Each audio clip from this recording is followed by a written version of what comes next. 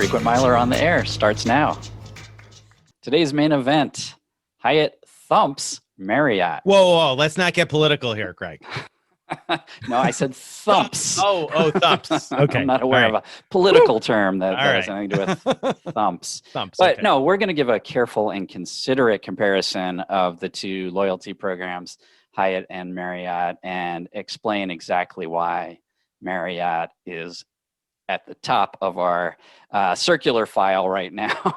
I was going to say, wait, Marriott's at the top. I was getting confused first. I thought it was going to be like good, better, perfect. I was getting confused right away. I wanted to say something nice, but I couldn't quite. There's lots of good things to say about Marriott, but just not today on the show. Not today. Right. Sorry, Marriott. Sorry, Marriott. That's right. All right. That brings us to the giant mailbag. And you know what? I still have not gotten ink for my printer, so I'm still doing the mailbag electronically. Oh, which my goodness. Is, I don't like it that way. But anyway, here, that's what we've got. Now I know the next gift for Greg. I'm going to send him a laser printer. Great. Can't wait. Okay. This one's from Larry K. We know Larry. Good guy. K. Yeah. So Larry says, the content has been amazing lately, guys, which very nice, Larry. And then he said, and this is with respect to last week's show, did I hear Greg saying that good is better than great and good is better than perfect? Great is actually better than good.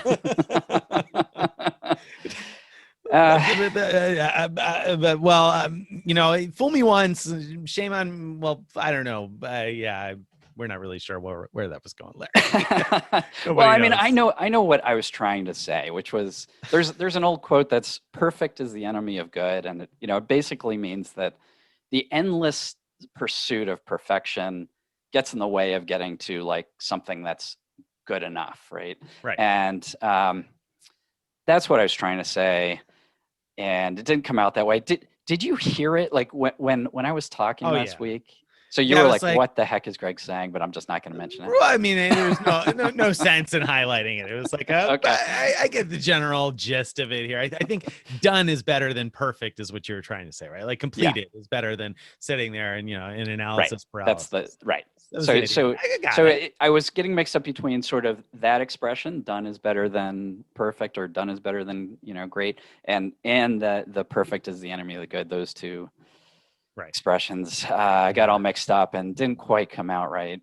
It made for a funny soundbite. Not perfect. It's live TV, guys, or podcast or whatever. Live recording here. We don't do a take two. No, there's no second take. We don't go back and edit these things. I mean, edit them in the sense that we put them together and to make sure that my face is in the middle and there's a title bar at the bottom and some timestamps. But we're not going to go back and fix Greg's inaccurate expression.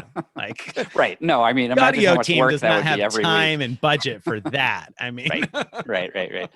But when I say, fantastically inaccurate things like Marriott is better than Hyatt, then you should correct me. So for sure, our audience doesn't get too confused. And I'll make sure that there's a graphic for those watching on YouTube that's like, don't listen right now, right?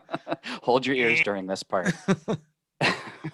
So thank you, Larry, for highlighting the fact that, yes, there was a slight slip of the tongue, and, it happens to all of us now and then. So, but we got the general idea, Greg. I understood what you meant. You got the gist well enough. Well enough. All right. Well, okay. So that's the mailbag. Very good. That brings us to our favorite segment. What crazy thing did Marriott do this week? And guess what, guys? We've got a double header this week. We do. It's a double header. And it's a double header of Marriott. We got a Marriott back to back coming at you. So on an episode that's about Marriott. It's about Marriott. If you love Marriott, or if you love hating on Marriott, I guess you're gonna love the show. Right, exactly. If you love Marriott, you might love the show because you might love yelling at us and saying why we're wrong. Right. Your neighbors are going to wonder, why is this guy always yelling or this girl always yelling during the lawn work? But because we know that you guys are doing the yard work. Pretend yard work. Pretend yard work to listen, as we heard last week from, what was it? Goob 2000 or 6008 or something like that. With the number, yeah, I don't remember the number. Anyway, back to the key point here. What crazy stuff did Marriott do this week? So the first thing is, really, it should be, what crazy thing did Greg do this week, right? Not what crazy thing did Marriott do? What crazy thing did Greg do? Greg put his faith in the Marriott Twitter team. I did, yeah. So I was excited because, years ago, I tried using Marriott's Twitter team the way I have long used Hyatt's Twitter team, which is to get things done. And a few years ago, I tried to use them because the Marriott website wasn't working, call center was all jammed, and all I wanted was to book a very simple award stay. I had reached out to Marriott. They told me, forget about it. We don't do that. What do you think we're here for, Greg? Right. So I gave up on them for years. But then I had this 7-night stay certificate that had been renewed year after year after year. So I'd gotten it a long time ago. But this year, Marriott's saying they're not going to renew them anymore if you ask. So I'm like, all right, I've got to use it. I have a reservation, an award stay booked. I want to apply the certificate to it. I said, I'll give the Twitter team a chance. Why not? What do you got to lose? I mean, it beats right. being on hold forever on the phone, right? Exactly. And so I did a direct message to them on Twitter. And the next day, they responded back saying, you're all set. Your certificate has been applied.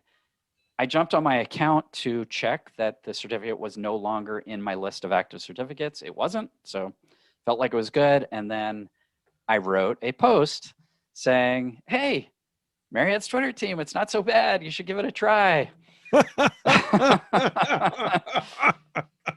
Sure, Greg. Sure. You should give them a try. Yes. Give the Marriott Twitter team a try. That's no. Nobody ever said that except for Greg. So the story gets worse. So not only did I write that post, but then I updated that post when the Marriott Twitter team failed to help me with a simple request, which was I had the 7-night stay. I wanted to see could I move it just by one day? Check in one day later, check out one day later, and it's not so much that I expected them to help me, but I expected them to at least try, like to say, there's no award availability on that other day or whatever. But no, I mean, there's a whole list of excuses they could give, and you figured you'd get one of those many excuses about why it's not going to work. But I would love to hear that they're at least in my corner, right? But no, the answer was no. Our social media team cannot book or cancel awards. Period. I mean, that's because they're hiring somebody for a nickel somewhere else to handle social media, apparently, because they clearly don't empower their social media team to do anything really, right? I don't understand. So that was so odd to me because applying a travel certificate seems like it'd be more difficult, a lot more complicated than moving a reservation, rebooking a stay, right? Right. Applying an award certificate that's like a super rare thing that there's only, so many of these 7-night certificates that exist in the first place, and understanding which hotels they work at and whether or not it's valid for the type of reservation you already had, and whether or not you can do that without canceling any. I mean, there seems like there's a lot of moving parts there that would make that more difficult than moving a reservation. You would think so. And, what happened next sort of verifies that, which is soon after republishing that post, I happened to check on my reservation. And I don't even think it had anything to do with my post that made me think of it. I'm actually planning for this trip. And I go into Marriott, I do, view, modify reservation to see details of it. And what does it say? It says, you haven't yet paid for this stay, you need this many more points, and and so on. And so I'm like, okay, it doesn't look like that travel certificate was applied at all. What's going on here? I called Marriott. To their credit, it didn't take very long to get someone on the phone, so that was nice. That's nice. She told me that after a bunch of searching, that my certificate had been applied to a stay that I had canceled a few months ago. Oh, nice. Which I had canceled well before I had asked the Twitter team to apply it to anything, by the way. But they resurrected your old dead reservation. I mean, it's still canceled. It's just that's where the certificate's been sitting. So Marriott, of course, wasn't able to fix it over the phone. They had to, kind of open a case and ask I don't know who to actually fix this, but there you go. So now I'm waiting on that. So anyway, so you're still waiting. It's not even done I'm yet. Still waiting. No. Oh man. She assured me it would be fixed, which is worth less than that nickel you mentioned before. right. That's one valuable guarantee right there. Yeah. So all right. So let's back up. So the Twitter team that normally can't do anything said, "Oh yeah, we did it," and was seemingly proud of themselves for having helped you by attaching your 7-night certificate to a canceled 7-night reservation that you were never going to check in for, since hey, it was canceled. And how would you ever find that again on your own? You wouldn't be able to. You'd have no idea. And you couldn't and because they did that, it made it impossible for the call center person to assign it to the right place, because it was already assigned to somewhere else and she couldn't detach it. What a nightmare. So the crazy thing that Greg did was that he had the Twitter team do something, which was crazy to begin with. Even letting Marriott's Twitter team touch anything, it was clearly in hindsight was a mistake. But hindsight's 2020. Anybody can play Monday morning quarterback on this. But the crazy part, Greg, is come on, you didn't check that reservation immediately after you got the message from the Twitter team. Insane. That's the crazy part. Right, absolutely right. Absolutely right. Come on, you got to double check. I piled up crazy things, writing the post without double checking, writing the second post without double checking. So anyway, it's moral of the story: stay far away from the Marriott Twitter team. They're not going to do anything to help you, and there's a good chance that they're going to bury your certificate in the graveyard of canceled reservations, where it's going to take like a specialist to resurrect it. And and the crazy thing on that piece is that I once had this situation where I had canceled a reservation with a 1-night certificate, and of course my 1-night certificate went to the graveyard with the canceled reservation, and so I ended up wanting to use it, but it wasn't anywhere to be found. I assumed it would just go back in my account when I cancel the reservation. I mean, isn't that what would happen? That's what happened with Hyatt, right? You cancel the reservation, certificate pops back up. So I would have thought it was there. So I went to use it and it wasn't there. And I was like, what's going on? So I had to call and talk to somebody, and lo and behold, same kind of thing. I found out that it was attached to this old reservation that I had canceled. It just doesn't detach when the reservation gets canceled, which makes Marriott sense, which means none at all. And, but in my case, the phone reservation agent was indeed able to unattach it from the dead reservation and attach it to the reservation I wanted, which doesn't tell me it's definitely possible with a 7-night certificate, but tells me that it's possibly possible with a 7-night certificate. I'm gonna call again and see if I could get someone a little more capable. So we'll see how that goes. Best of luck. All right. But I guess I should say, let me point out a couple good things. So I use the Marriott app to find, so I have elite status with Marriott. Inside the Marriott app, it's like has the number right there, or you could click to call the elite phone number line. And once you get past the, call robot, someone picked up immediately. So that was awesome. The other thing I thought was awesome is that they actually recognized my phone number and didn't have me put in my Marriott rewards number and all that kind of stuff. So, nice. They were a couple things they did right. So kudos for those things at least. Right. But Marriott was not done this week doing crazy things. No, they weren't. They started getting crazy with everybody. It's not just Greg. Don't think that Greg is special because he's a blogger and they just want to give him some material to write about. Marriott's just being crazy for everybody this week. Right. So Stephen wrote about his experience. So we've talked before about how Marriott has this double elite night promo going on. It's kind of a copy of what Hyatt did, except Marriott decided to make it more complicated. So what they said is, unlike Hyatt, this has to be a stay of 2 nights or longer. Unlike Hyatt, it can't be entirely an award stay, but it can be partially a paid stay and partially an award stay. So as long as you have at least one paid night in your reservation, all the nights of your stay should get doubled. Which is intuitive as nothing, right? Right. I've never seen anything like that before, but still, that's way better than saying you can't do it on any award stays. True. But like, So, I mean, who would know? Like, we know that you can book one paid night and a bunch of award nights. But I mean, seriously, what average Marriott business traveler person who's not immersed in miles and points would have any idea it's even possible to book a single paid night with a bunch of award nights under one reservation? Right. Well, yeah, it's not easy. Okay. All right. But so, that's what they told us. That's what they told us. And actually, there's an FAQ. Marriott has an FAQ that's nearly impossible to find. But if you could find it for this promotion, it does actually sort of list this case and say that it should work, sort of. Right.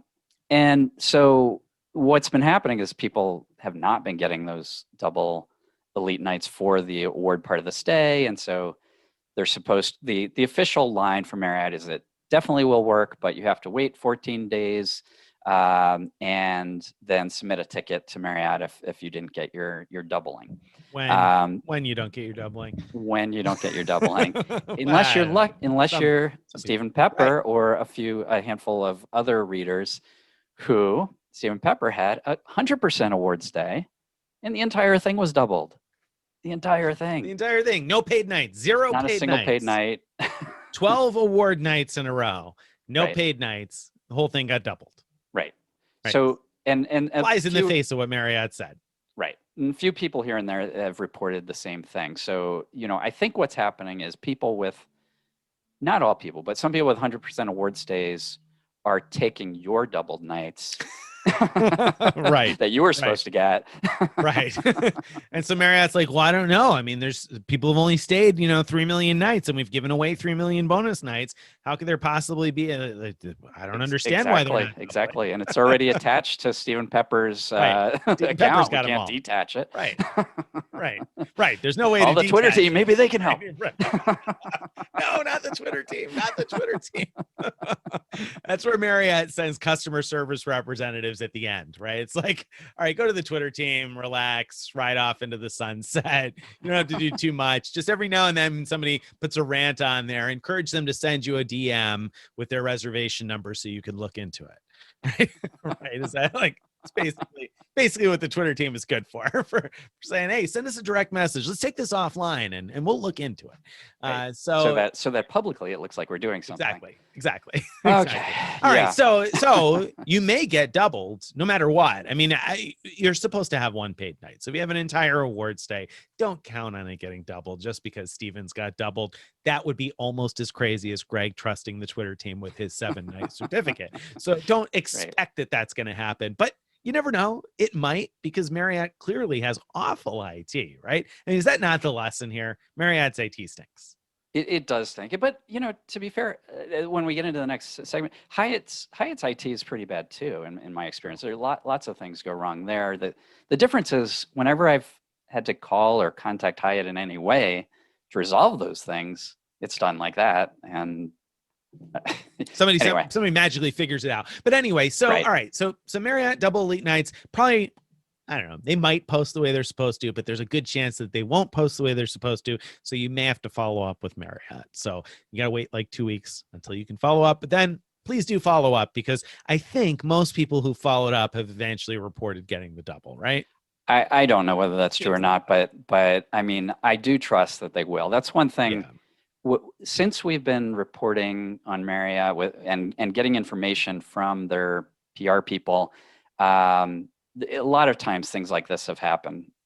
Every time things like this have happened where what they tell us is how they tell us it's going to work doesn't actually work at first.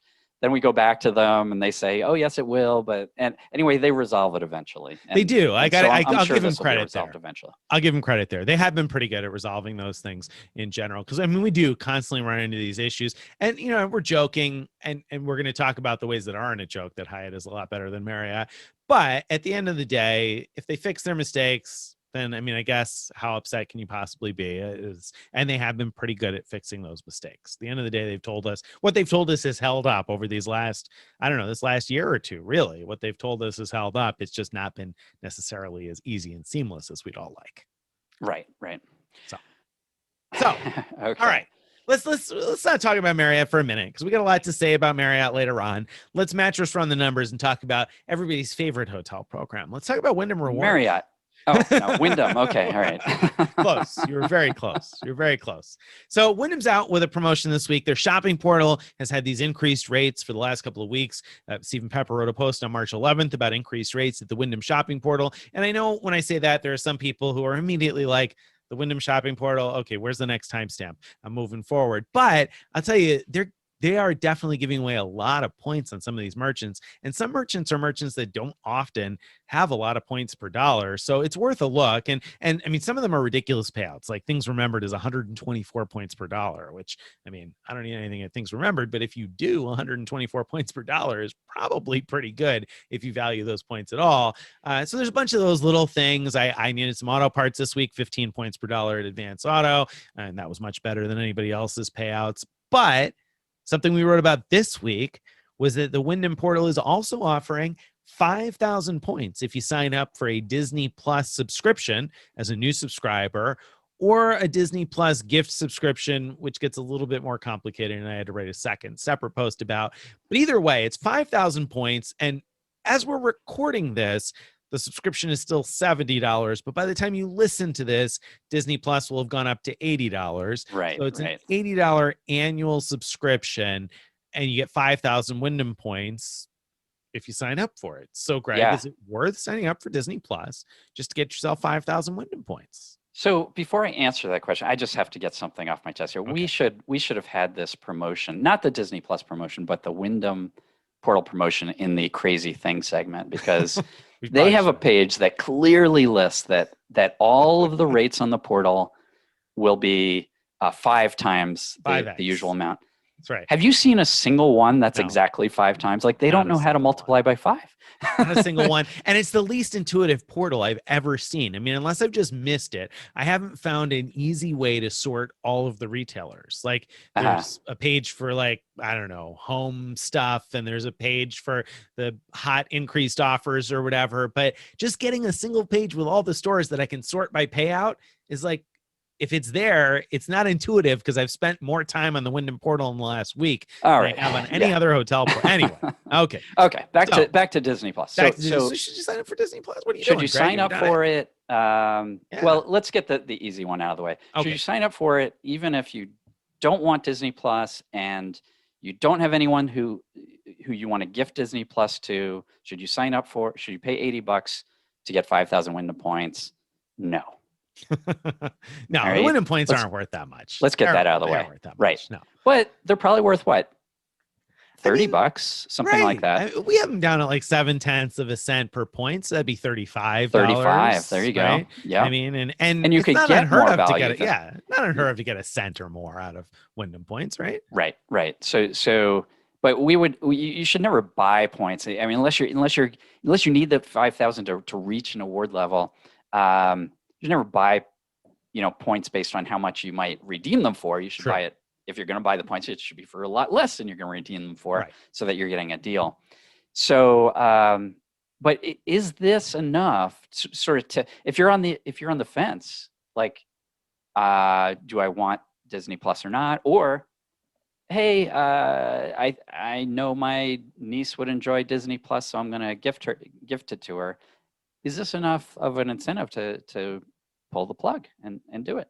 I think it is, because you're not going to see something much better probably for Disney Plus, right? I mean, it's a Disney. How often do you see a discount on anything that's Disney? If you do, it's like 3% or 5% or something like that, right? I mean, Disney is a full price gig all the time, basically. So I remember when Disney Plus first debuted, there were a couple of ways to get a deal on it, and I think maybe AT&T or Verizon was offering some deal for their subscribers or something or other. But at this point, I'm not aware of any better way. And when I signed up for Disney Plus back in December, there was a Rakuten payout of $12.50 or 1,250 membership rewards points. And that's the best I think I've seen until this Wyndham portal. And the Wyndham deal is, I would say, better at 5,000 Wyndham points is better than that. So I think it's worth it, because you're getting basically, like, I don't know, 20, 30% off here, 40%, 40. I don't know. I can't do the math that quick. It was about half is what I was figuring, because it was $70 and I was figuring $35 worth of points, about half back. That's pretty good. And the nice thing is you could buy a gift subscription for the future. Now, if you already subscribe, you can't buy a subscription for yourself. Like if you already subscribed, that's it. You can't get yourself another subscription under the same email address, but you could gift a subscription to somebody else and you can set it to deliver anytime you want in the future. Now, I don't know how they're going to deal with that in the future. Like, are they going to give you a year? Are they just going to give you credit for whatever you've paid? I don't know how that's going to work, but it's at least possible. What I did is I bought a gift subscription for my wife because I signed up last December. So I bought a gift subscription for my wife. I set it to deliver the day after my subscription ends this coming December. So it'll come up in her email inbox and she'll sign up as a new subscriber the day after it ends. So, I mean, so my assumption is that you don't have to do that. Like my assumption is maybe like not. you could have it be delivered immediately. And as long as they don't click the link and actually use it to sign up, whenever they start, they should get 12 months of Disney Plus. I mean, Probably. that's my assumption. Probably. And that's what I assumed when I pulled the trigger on it too. So you did do it. So I followed the instructions in your post. Yeah. So another crazy thing about the portal is that it says basically click here for the gift subscription, and it doesn't actually go to a page for the gift subscription. So Nick wrote a whole post on how to work around that.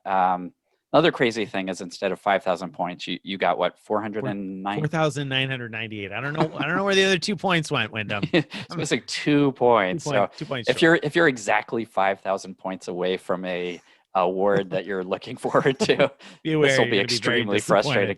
Very disappointed on that. Yeah. So, all right. So you were able to do it and do the gift subscription, and you're totally right. You probably don't have to set it to deliver the exact day in the future. But the thing is, then you got to keep track of the emails. So yeah. So I think I'll know soon. I mean, there is a show that I've been wanting to watch on Disney Plus. So once we're ready to watch it, I'll start the timer then, and I'll see whether it gives me 12 months or not. It probably will. Before this deal, my approach to Disney Plus, because I don't have any young kids at home, has been, there's something I want to watch, sign up for a month, watch it, finish the series, finish the movie, whatever it is, and then, and cancel. So you could actually cancel as soon as you've signed up. So like you still have the rest of the 30 month. days or whatever to watch it. So that makes it easy. That way you don't have to keep like, I got to remember to cancel. Yeah. And that's been my approach. So for me to pull the trigger on this, I had to think about like, okay, the points back, let's say they're worth about $35. So this is costing me about $35 because this was the old rate. Right. And so that's about, a little more than 3 months of doing this juggling, which I won't have to do every year. Am I likely to either do more than 3 months or at least appreciate not having to do that juggling? Right. Right. And so it was right about the edge. I think it's pretty likely that I'll get enough use out of it that'll be a good call. But ultimately, I spent so much time dithering on whether or not to do it. It was so stupid. Like it's like it's not that much money, and it was ridiculous. So I finally just, when I realized that, I just pulled the. That's why I was like, it's like $35 worth of points. So this is really not a very big spending decision in terms of, if you value the points at all, not a very big spending decision. So I was like, all right, let's go ahead and do it. I don't watch it at all, but I do have 2 young kids. They won't sit and watch a movie right now, but probably sometime in the next year and a half they will. And they watch some of the TV shows and stuff. And then there's some TV shows that adults would watch on there too. So, and movies and things like that. So $35, why not? Let's do it. So if you're listening to this, I'd say it's probably worth it if you're interested in Disney Plus. Yeah, and but it's not a pure mattress run. There's some good stuff on there even for adults. Like the movie Soul that came out recently. I don't know if it's still on Disney Plus, but we watched it. I don't know either. I wanted to see that. Did you see it? Was it good? Oh, it was great. Fantastic. I'm really disappointed that I missed it if it's not on there anymore. I think, was it also Hamilton that showed on Disney Plus? Yes. Yeah, that was fantastic. That was awesome. Even though I saw it in real life, I super enjoyed it on TV. I saw it in real life just before the pandemic. So I saw it like right at the end. I'm glad I did get a chance, because initially I saw it in real life, and then I heard like just after that it was going to be on Disney Plus, and I was like, oh man, I mean, it was like, tickets, it was a gift, but I know there wasn't a cheap gift somebody gave me. That it was a really nice gift. Yeah. And I was like, oh man, now it's going to be on Disney Plus, and I felt kind of bad. Now I don't feel bad at all because I got a chance to see it before the world fell apart. So yeah. So all right, that's Mattress running the numbers. We talked enough about Wyndham. Let's get into this whole main event. Let's do it. So Hyatt Thumps Marriott. Boom.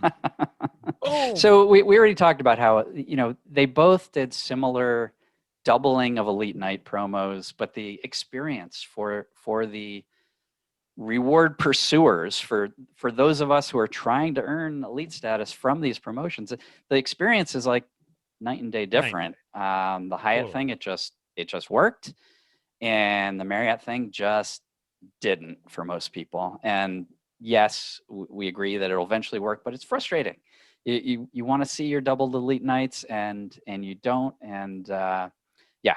The thing I got to give Hyatt credit for is they're very good at setting expectations and making sure that they don't set them in a way that's unrealistic for them to meet or beat. And I think that that's really where they do much better, because when you just made that statement, I thought to myself, oh yeah, the Hyatt thing was a lot smoother. But then a second later, I was like, well, actually, Hyatt was similar in the sense that the Hyatt promo that offered double elite nights, you got one set of elite nights when you checked out, but then the doubling didn't happen instantly. It was happening in like every other Tuesday. So it wasn't even necessarily just, the same week or anything like that. It might've been a week or two that you had to wait, which is similar to Marriott, except that Hyatt let everybody know, hey, we're going to post these nights like every other Tuesday. And then they went ahead and did that. And so nobody had to worry, because they were like, oh yeah, I'm going to get my nights another Tuesday or two or whatever. Also, the original promotion terms said that the doubling wouldn't happen until the end of the promotion. So they actually exceeded the written terms of it, which was very nice. Exactly. Another thing, I mean, again, we talked about this already, but Hyatt's Twitter team, and I've heard this is the same for their Facebook team. If you need to get things done and really complicated stuff, they're not only happy to help, they actually succeed at helping. I mean, in my experience. Right.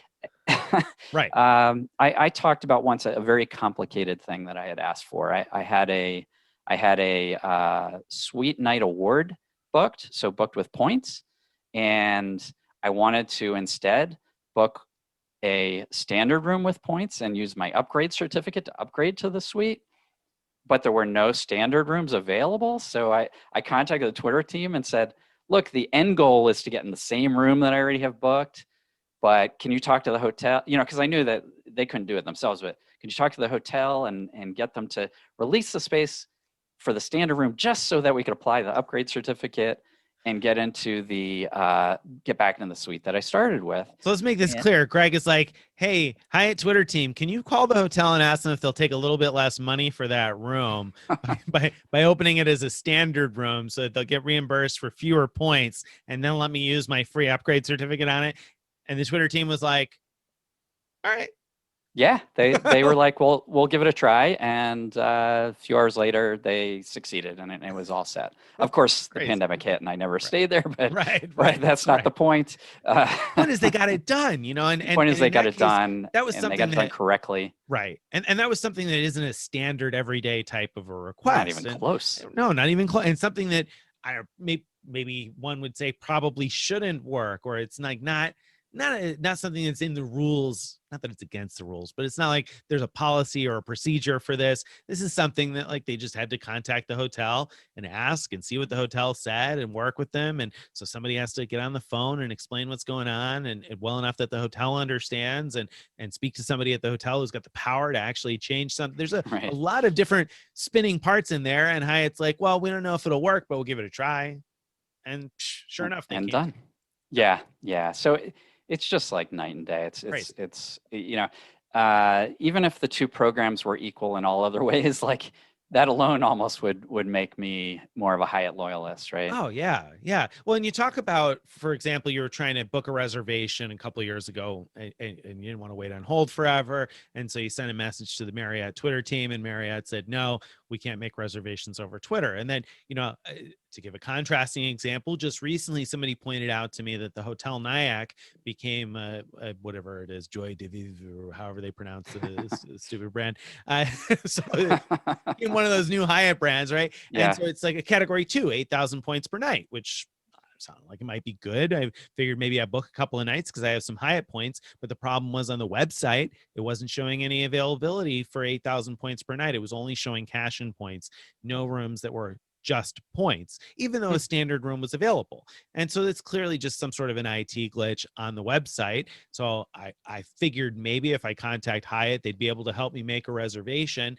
But first, I just wanted to see if, yes, rooms are even available before I waste time sitting on hold or something. So I sent a message to the Twitter team to see if they could even tell me if standard rooms were available for 8,000 points per night. And they wrote back and said, yeah, they are. Would you like me to book it for you? And yes, okay, I guess so. Save me a phone call. I didn't even initially think to ask them to book it, but sure enough, they just went ahead and booked it for me. So proactively asked if I wanted to book it. So whereas Marriott says, I'm sorry, we cannot book rooms or book or cancel rooms. Right. And Hyatt's like, oh yeah, the website doesn't show there's availability, but there really is. Sure, we'll make that happen.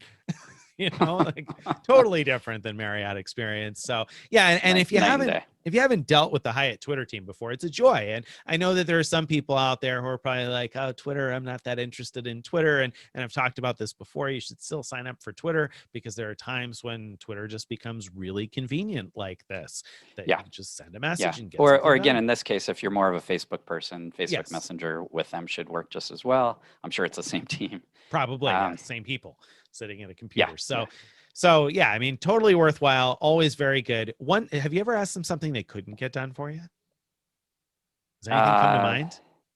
Well, you know, they can't. Yeah, I mean, they can't open up a word space when it's not there. Right. So, you know, No, so like, and you ask them to open up, or I'm wondering if there's been something you've asked for. I mean, like sometimes I like just sort of hope that something like what happened with you would happen, where I don't see a word space, but you know, maybe they could see something. So there have been times where I've said, you know, oh, can I apply a suite upgrade? And then they replied, there's no suites available, or I'm trying to book these nights just in hoping, and you know, so that hasn't worked, but I don't expect it. I don't expect them to do magic. Exactly. You're just hopeful that maybe they will do magic, and they give you that hope because they're so darn good most of the time. Exactly. You think they probably can do just about anything. So, and you know, if Marriott didn't have that prohibition against the social media team booking stays for you, they might, you know, say, okay, yes, I booked it, and you know, and who knows what you'd actually get. Who knows? You don't know. You don't know what's going to be booked, or when it's going to be booked, or where, what reservation. No idea what's going to happen. Oh boy. But with Hyatt, I've never had that kind of thing. I've never had any confusion, nothing that's happened wrong. When I've asked for something, it's been taken care of. I mean, I had a hotel that charged me a deposit a few months back for a future stay far in the future, and they charged me a large deposit, $800 and change or something, and something that didn't seem like it should be. And so they reached out and checked and found out, and they communicated the hotel's apologies to me, saying that it was a mistake and it would be refunded soon. And not only did I get that from the Twitter team, but then I got a very nice apology email from the hotel apologizing for it. And I know that the only reason I got that from the hotel is because the Twitter team said, what are you guys doing? Right. They went to bat, and I don't see Marriott's Twitter team going to bat for anybody. Right. And so, all right, if you go beyond the social media teams, you know, you wrote a post recently about how you can gift free nights from different programs to other programs, and so Hyatt, to other members. I mean, to other. Sorry. Perfect is the. I didn't want Larry commenting and being like, "Oh, I didn't call it out this week." Larry, hold your keyboard, all right, buddy. Draw back. Yeah. So gifting is better than good, or something. I don't know. Anyway, the short answer, right? You can gift them to other people with Hyatt. Right. And what can you do with Marriott free nights? You can hope to book a room. Maybe if there's availability and they don't have it peak priced in such a way that is just a little bit too much for your free night certificate, which, you know, seems to be something they like to. I got to give some credit here, though. Actually, I got to say, when I thought about things for a while, when they've started to run some of their promotions, and they've done this like 10% off promotion where they've done super off peak pricing, where it's 10% off of the off peak price. And I realized, wow, somebody did some math there. Nobody did, you know, no fool there that decided to price the 40 or the 50K properties at 40K off peak so that they could run them 10% off and still be 36,000 points instead of being bookable with a 35K certificate. So they went further than that, if I recall. I think so. Things that are off peak and Saver something, Point saver savers. rate, the combination. Those there was a couple of versions of those where if they were 10% off, they would have gone down to the next certificate level, and they made exceptions for those, so those weren't 10% off. Yeah. They No did not mistakes want there. anyone using a Right. certificate No. on a hotel that wasn't meant to be used with that certificate. Right. They're like, no, you can use those at the cheap places that we want you to be able to use them at, and nothing else. Don't try and get outsized value there. Like Greg said, they're worth $200. Don't expect 205. Okay, so that's that. So apparently, I think this is what it comes all down to, is that unlike Hyatt, I don't know who runs Hyatt's rewards program, who makes the fine details, but it's apparently Scrooge McDuck on Marriott's side. Scrooge. They've got Scrooge. Is that the over right there. name? No, it totally is Scrooge McDuck. Yeah.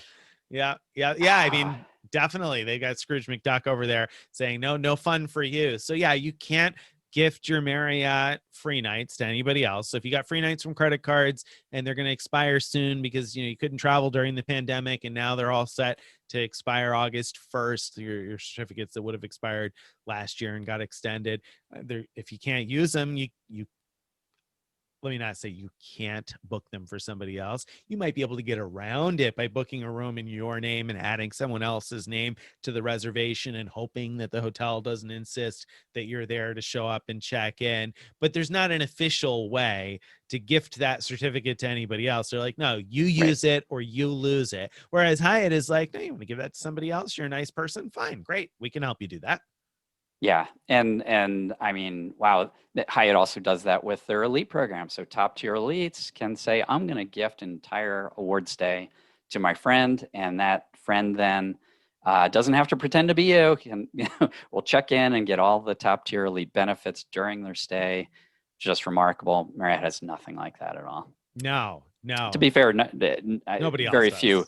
very few other, like the only other thing comparable I can think of is Air Canada has just introduced something sort of similar, where you could sort of gift elite status for a flight, not, so that's Which pretty is very, similar. very different, though. I mean, similar, but very different in the sense that, in a hotel stay, like with Hyatt on a hotel stay, we've talked about before how you're talking about free breakfast, lounge access, free parking. There's a whole bunch of different benefits that you're looking at getting on a globalist guest of honor stay that could save the guest a lot of money on their stay. So, and especially because those guest of honor stays, I'm not aware of any time limit as to how long one can be. I mean, have you ever heard of one that was like too long? I think you could presumably book one as long as you have enough points. If you got enough points to book somebody 30 nights, I think you could book them 30 nights on a guest of honor stay, and Hyatt would be like, okay. I suppose you could. Hyatt has a weird technical thing where they can't book more than 10 nights on an award stay, but they can chain them together. So if you call, or the Twitter team, I'm sure could do this, they could set up a 30-night stay. That's all connected for all intents and purposes. You'll just see multiple and to be sort clear, of records in your account. If you're abusing the guest of honor program, I'm sure that Hyatt is going to kick you out at some point. So I'm not suggesting that. I'm just suggesting that it is incredibly generous of them to offer that. I mean, they're offering a great slew of benefits for you to be able to show a friend or family member, this is why I play the game. And this is why you need to learn how to play the game. Because right. You get all this. So that's a lot of fun. So you can gift your elite perks. And I mean, Hyatt's just got better perks. It's not only a matter of gifting elite perks. I mean, if you could gift someone Marriott Titanium perks or Hyatt Globalist perks, which gift do you think somebody would appreciate more, Greg? Yeah, without question, Hyatt. I mean, it's just not even close. So I'm soon going to be traveling again. I'm getting my second shot next week, and congratulations! And exciting thank times. you. It is very exciting, and so my wife and I are excited to be able to travel like nearly fear-free from the virus, and we're going to be using, as I mentioned, hopefully we're going to be using that 7-night travel certificate, but I'm going to be using it at a Ritz property, which means that even though I have near top tier Marriott, I have Marriott Titanium status, which, let's talk about the perks that I don't get at the Ritz. So and let's be clear, for anybody who's not familiar with Marriott, titanium status ordinarily requires 75 nights a year. So we're talking about, you ordinarily have to spend 2.5 months of the year in Marriott hotels to get titanium status. Like that's right. where the bar is in order to not get all of these benefits. Obviously, because this is the Marriott, not Hyatt, I'm not going to get free parking. I'm not going to get waived resort fees. So I get to pay for both of those things. I'm looking forward to that. Nice. I mean, they provide so much value to the guests, right? That's right. Now, Marriott does give platinums and higher free breakfast at many properties, but not at Ritz. So I'm not going to get free breakfast. No breakfast. I will get a welcome gift, but my understanding is I think it's 1,000 Marriott points. 1,000 points for staying 7 nights at a Ritz. Right. So you shouldn't have, Marriott. Now you shouldn't have. Another thing, I have tons and tons of suite night awards that give you a chance of getting upgraded to a suite. Oh, wouldn't it be nice to be able to use one of those at a really nice Marriott property like a Ritz? I can't think of where I'd more want to use it, but also where I more cannot, because Ritz is one of the brands, and there are more than one, where you can't use your suite night awards. Ridiculous. It's crazy. It's completely nuts. So, not only does Hyatt have better perks overall for elites, especially top tier elites, they apply them pretty uniformly across all their brands, and Marriott is so inconsistent with that. It's a nightmare. Like if you're expecting a certain perk, it better be because you did your homework and found out what other people got with your status level at that exact hotel, because not only do they have exceptions by brand, they have exceptions by individual hotels within a brand.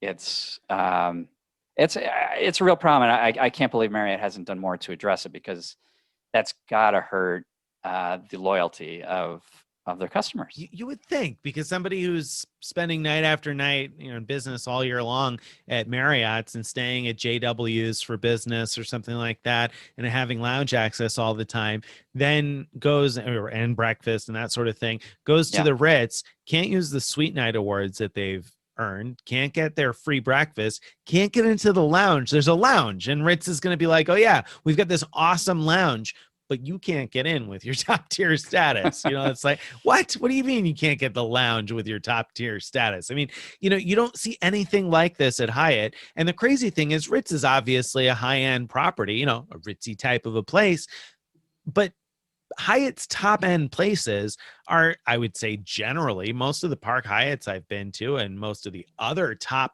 tier type Hyatt places I've been to, are at least as nice as a Ritz, if not nicer, and you've got better benefits. Like, well, you don't have to go to Hyatt to find an example.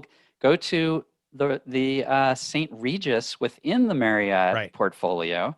They do honor all those benefits.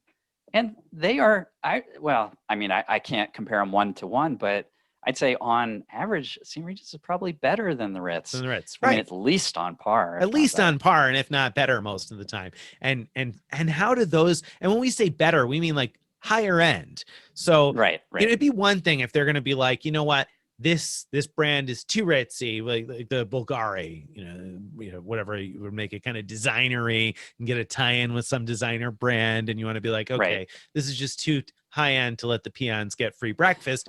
Okay, but Ritz is not there. It's nice. It's a lot nicer than staying at the Hilton Garden Inn or something, but it's not on that level. So no. So you would think that they could handle giving you a couple of muffins and right. croissant or whatever.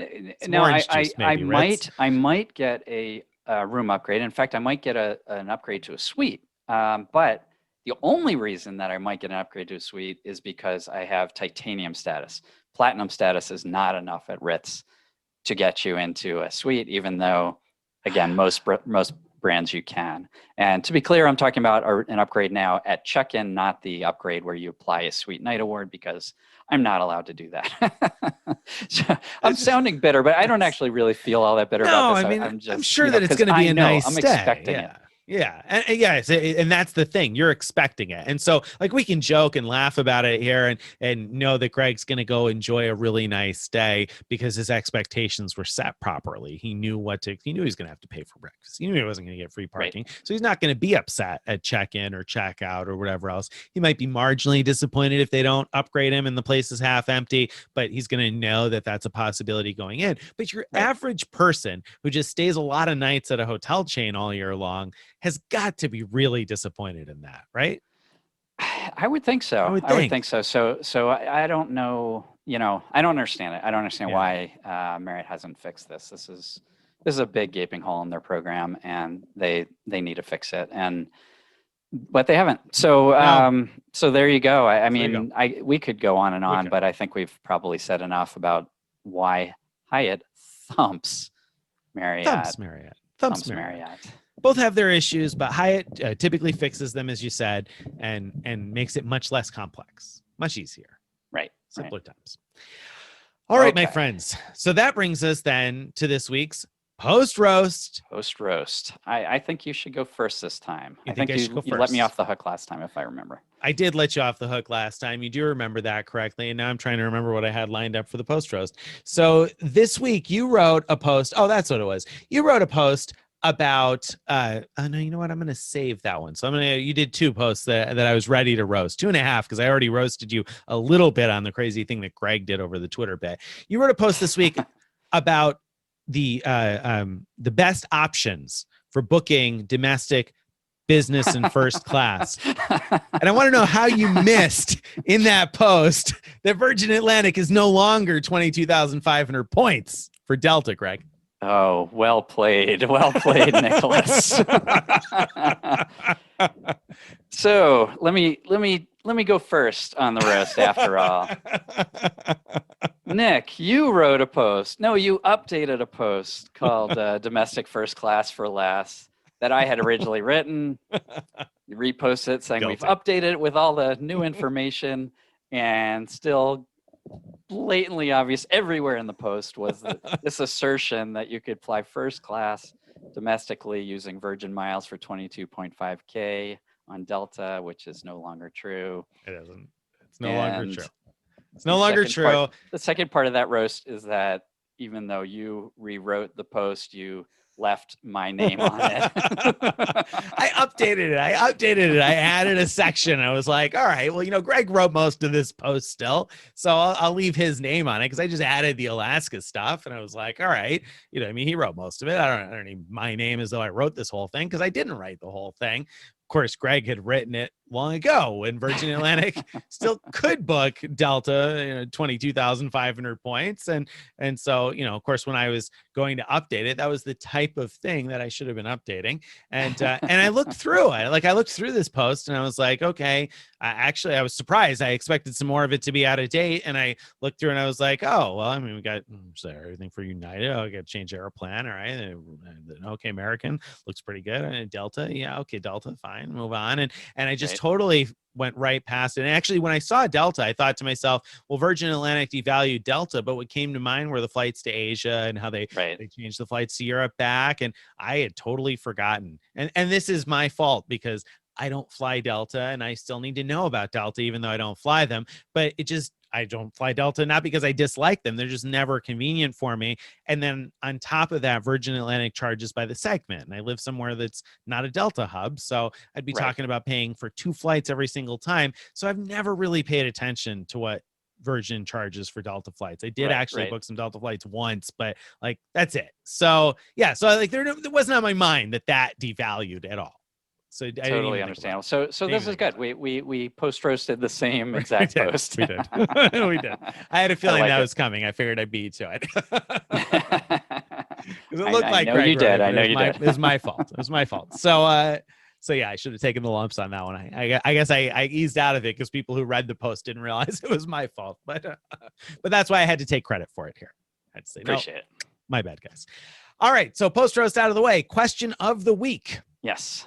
Steven asked a question this week about Chase cards or cards in general and 524, et cetera, because we've seen lately that the Sapphire Preferred and Sapphire Reserved are now featuring increased offers. We've got increased offers on the Amex Platinum, the Amex Gold, et cetera. So Steven says, hi, everyone, new to the points game. I have the Chase Sapphire Preferred, the Chase Freedom, the Southwest Priority, and I'm currently at 324.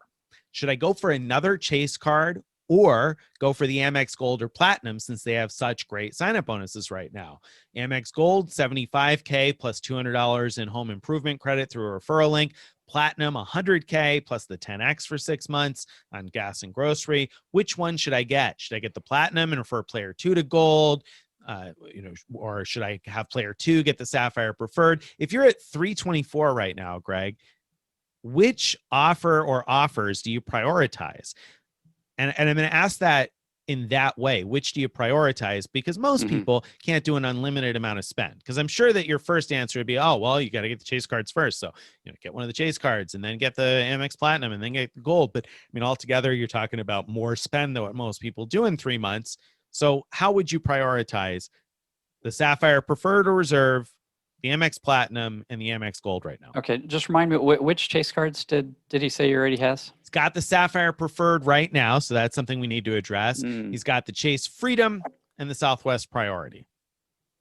Okay, so presumably if he's considering the Sapphire, it's been more than 48 months since he got the sign-up bonus. Hopefully, before? that came up in the comments. This was something that came up in Frequent Miler Insiders, but that's something that's worth mentioning here. It's got to have been 48 months since you last received the welcome bonus on a Sapphire card, not since you signed up for the card. What matters is when you got the welcome bonus. And that leads me to a question that's come up a few times this week that I'm wondering if you know the answer to. How do you find out when you last got the welcome bonus? Like if it was a few years ago, how do you find out when 48 months ago was, Greg? Because that's I don't think like Chase's Ultimate Rewards portal shows you transactions back that far. So they don't. It'd be pretty tough. I mean, you can look at the date you signed up and add 3 months and say I probably got it before then. So that's sort of like a worst case.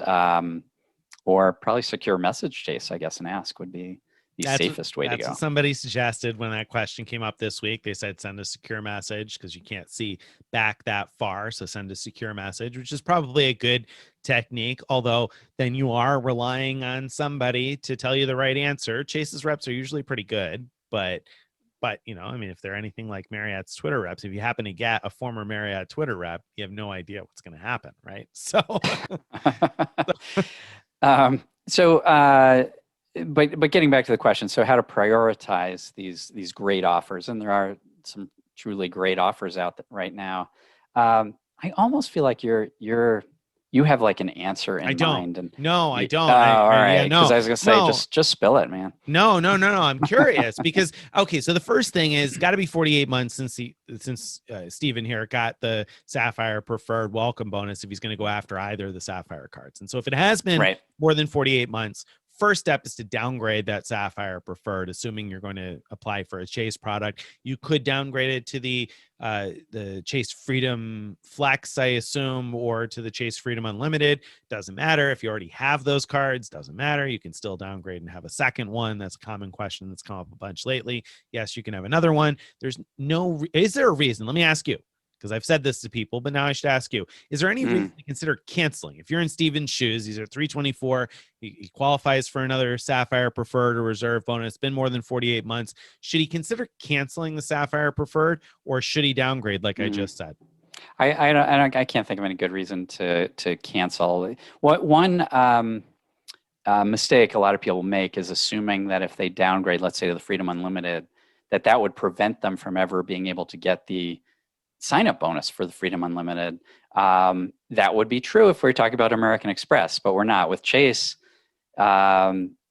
you could in the future get the sign-up bonus for the Freedom Unlimited. You just would have to product change it again or cancel it before you do so. So the point is you can't have the Freedom Unlimited at the time that you apply for the Freedom Unlimited, but you can certainly sign up for it. And the rules about whether you can get the sign-up bonus are based on last time you got the sign-up bonus for the Freedom Unlimited. So product changing to it won't affect your your ability to do that. So, I guess the way I think of it is a couple things. One, he's already in the sort of Chase Ultimate Rewards ecosystem, so presumably knows what to do with the points and would appreciate getting more points. I'm making some assumptions here. Mm-hmm. So I would jump on the Sapphire preferred offer while it's hot if he qualifies for it. I think that's a great offer. I also heard something, I don't know how much credit to give to it and no way of checking, but that Chase might be easier on approvals during this promo period. So, that makes me want to even look at the cards my son has and say, is he under 524? Could he apply for the Sapphire Preferred now? Possibly get approved, even if he might not have been earlier. The Amex cards tend to be easier to get approved for. This 100K thing has lasted a lot longer than we thought it would. So there's a chance it'll last long enough that once you complete the minimum spend on the Sapphire card, maybe you can still jump on the Platinum or the Gold offer and get just as good of an offer. I do think that it's likely that if the economy starts booming, that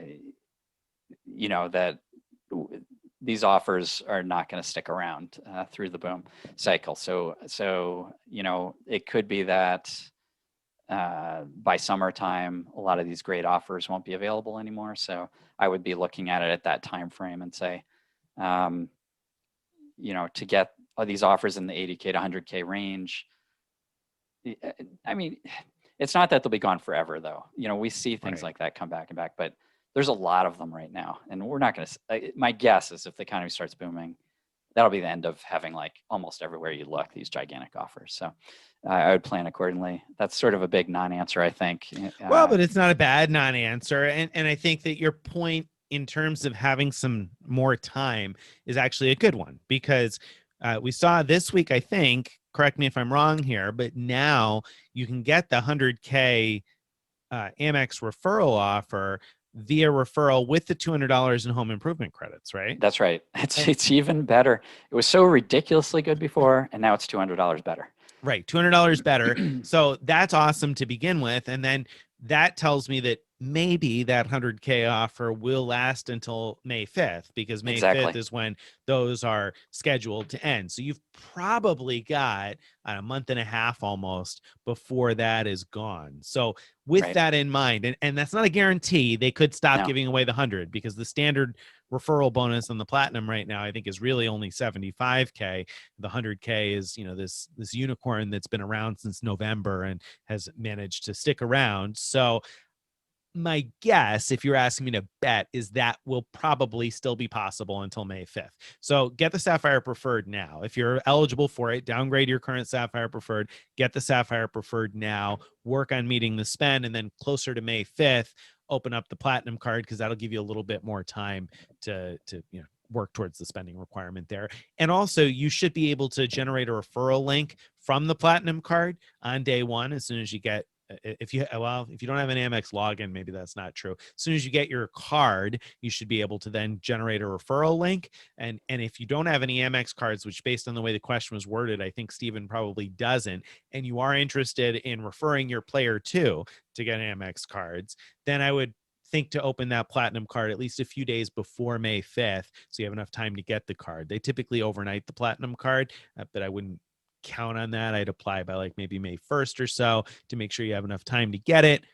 Set up your online login, pull your referral link, and refer player 2 if that's what you want to do, if you want to refer player 2. Now, question to tag onto that, though, is I think Steven was also asking, all right, so if Steven gets the Sapphire Preferred and Steven gets the Platinum card and still wants to refer player 2, should he refer player 2 to a Sapphire Preferred of their own, or refer player 2 to the Amex Gold for $75K and $200?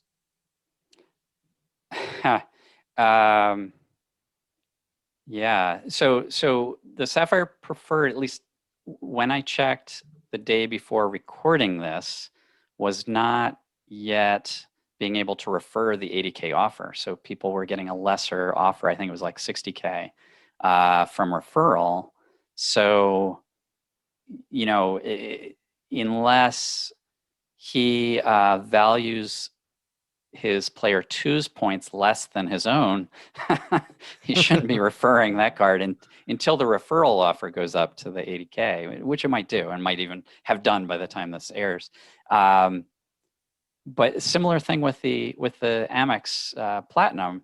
If he doesn't get that special 30K referral offer that's able to refer people to the 100K offer, I don't think it's a good idea to have player two accept a lesser offer just so that he could get 20K or whatever it is. Well, right. No, and I think he was thinking about the gold for player two. It's the Sapphire gold. Preferred or Okay. the gold, Gold's which different. The 75K offer on the gold has been pretty widely available. Standard offer is 60K plus the $200 home furnishings credit through referral. But most people have seen the 75K. If you keep opening the link or opening different windows and stuff like that, you'll probably see the 75K offer at some point on the gold card. So, and I think that's a tight race because 75,000 membership rewards points plus $200 is as good, if not better, than 80,000 ultimate rewards points. However, the ultimate rewards points are so easily combinable. If player two is in the same household, if you're married, if there's a long-term thing where you're going to combine points together, then having ultimate rewards points is easier to combine than membership rewards points. It's not impossible to work out a way for membership rewards points to gel together. They won't all go into one pile, but you can add somebody as an authorized user and then transfer to their loyalty account and blah, blah, blah. There's some rules there. But with Chase, you could just put the points in the same pile. That's true. That's true. That's a big advantage of if you're going with player two. It's certainly easier to manage the whole thing with Chase. And Chase has advantage of that, like if you're doing this in two-player mode, you can keep, I guess it's not really an advantage of Chase, but with Chase doing it, you can just keep one premium card that has the ability to transfer points and have player two just have, sign up for the premium cards to get the sign-up bonuses, downgrade to the no-fee cards that often have better category bonuses for spend, and then just have them move all the points to player one for redeeming, and that way you get the better value for the points while also reducing annual fees. Amex sort of has that as well because they have no fee cards, completely fee-free cards that have full ability to transfer points. So there's plenty of ways to keep points around with them as well. Right. But I think the moral of the story then that we've come to is you should get the Sapphire Preferred, you should get the Platinum because that offer is insane. And then you should get player two probably to also get the Sapphire Preferred 80K offer. If you're looking to add a third card, then I think that's probably the one to go for easy combinability. Yeah. I mean, if you haven't already, read my post about why you should get the Platinum 100K offer now. It might, if you're really only looking at just one, you might actually be convinced not to go with the Sapphire, but that's of course up to you. Right. So. I agree, by the way. I'll say first of all, I should say I prefer membership rewards points over ultimate rewards points, generally speaking, in terms of transfer partners and transferring for luxury flights and that sort of thing. So I really love membership rewards points, but I see the value in the Chase angle here because you're only going to be under 524 for so long, probably. And these offers don't often increase on the Sapphire Preferred and the Sapphire Reserve, et cetera. Exactly. But all that out of the way, the Platinum offer has just bananas. I mean, if you had to pick one, I would totally agree with Greg. Platinum card is it. Right. All right, okay. Cool. I actually agree. That brings us to the end. Well, thank you guys for being out there listening. If you've enjoyed this and you would like to get our posts in your email inbox every single day or every single week or however often you want to get emails, you can go to frequentmiler.com/subscribe. Again, that's frequentmiler.com/subscribe to get on our email list. Join our Facebook group. Follow us on social media. If you're watching this on YouTube, hit the subscribe button. Ding that notification bell so you find out when we post new videos. And if you're listening to this in podcast form, hey, leave us a thumbs up or some stars or a little review or something like that. We always appreciate your comments and feedback. Thank you very much, and we will see you guys again next week. Thanks, everybody. See you later.